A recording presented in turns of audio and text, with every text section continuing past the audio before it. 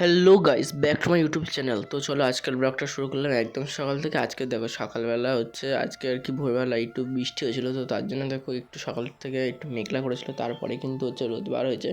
তো তারপর আজকে একটু দাদা ছিল না বলে জেঠিমাদের একটা নতুন গরুর বাছ হয়েছে, তো আমাদের আগের ভিডিওতে বলেছি, তো সেটারই হচ্ছে দুধ দিতে গেছিলাম। তারপরে দেখো বোনকে হচ্ছে দিতে গিয়েছিলাম আঁকতে, আর তারপরে কিন্তু এসে আমি কিন্তু রান্না শুরু করে দিয়েছি। আজকে কিন্তু হচ্ছে জেঠিমার দুধ ছিল, সেই দুধটা আমি কাটিয়ে আর কি পনির করেছি বাড়িতে।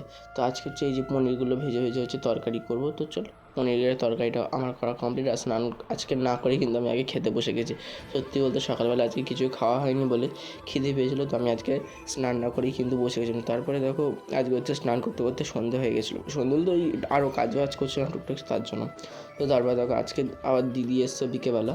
তো হচ্ছে দিদি আর দাদা এসছে আমাদের এখানে, যেহেতু মেলা আর হচ্ছে মালসা ভোগের পুজো রয়েছে, তো তার জন্য এসছে। তো এখানে হচ্ছে আজকের কিন্তু আমাদের হচ্ছে আমরা হচ্ছে ভোগ কুপন আর কি নিয়ে আসলাম। আর এই ভিডিওটা এইটুকু দেখা হচ্ছে নেক্সট ভিডিওতে। তো টাটা।